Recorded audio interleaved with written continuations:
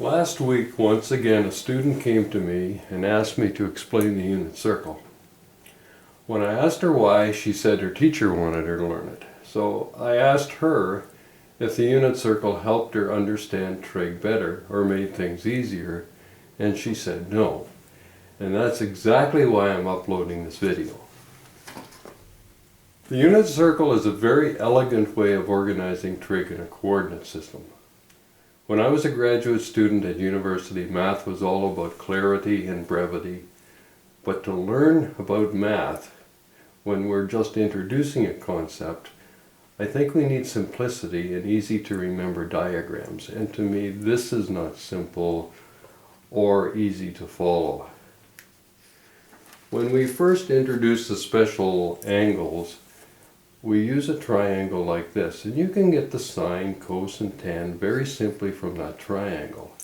Now, to fit that triangle into the unit circle, you have to divide the sides by the root of 2, and then they usually rationalize that fraction, so you've got root 2 over 2. And all of that is done simply to fit this in a unit circle.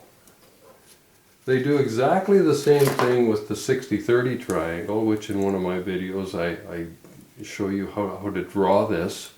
Again, to make this 1 unit long, they divide everything by 2.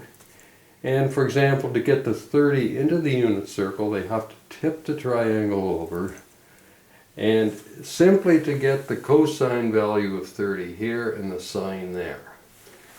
You can get the sine and cosine of 30 quite easily from this triangle back here. To understand what's going on in the unit circle, basically you need the cast rule for trig in a coordinate system.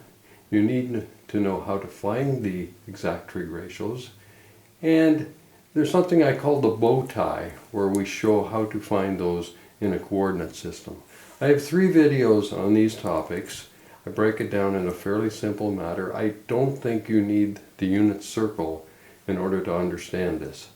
I'm not saying there isn't a place for the unit circle in mathematics, but I think when it's introduced at a very early level, it does more to confuse than it does to help students.